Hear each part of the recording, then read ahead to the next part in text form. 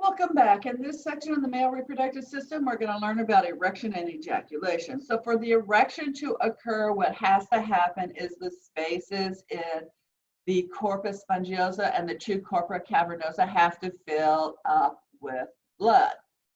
And as they fill up with blood, this is at arterial blood pressure, which may not be fantastic here in the penis, but it's definitely higher than the venous blood pressure. So as they fill up with blood, basically they are pushing on this dorsal vein, and as you can see, the dorsal vein is being compressed, thereby preventing venous blood from escaping the penis, and this is what leads to an erection.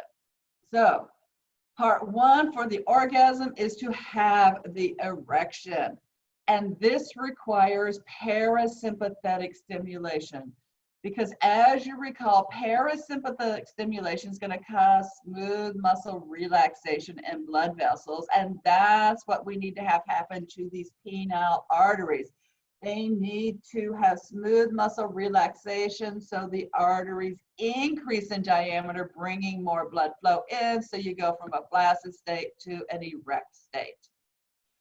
The second part would require ejaculation, which is sympathetic stimulation, because now we want smooth muscle to contract. We need that vas deferens to undergo peristalsis, to bring the sperm from the epididymis all the way into the body and then all the way outside.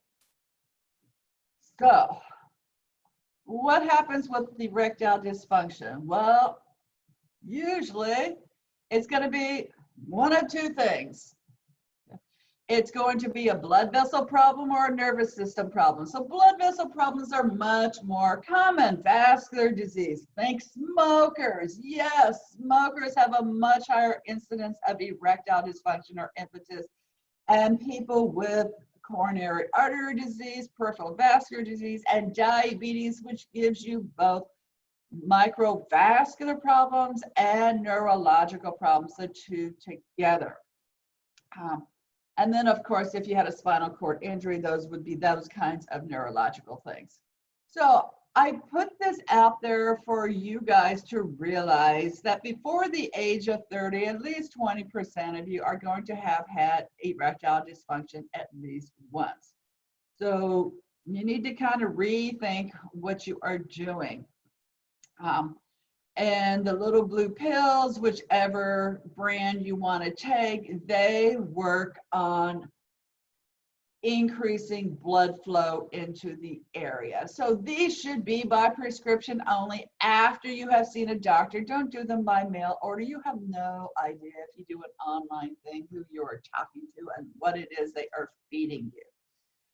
So bite the bullet, talk to a healthcare provider about your problems, get evaluated, get tested, and if needed, get the little blue pill if you want to have a satisfactory sex life, but follow the directions. If you take this and other substances, you can kill yourself. So don't be doing that.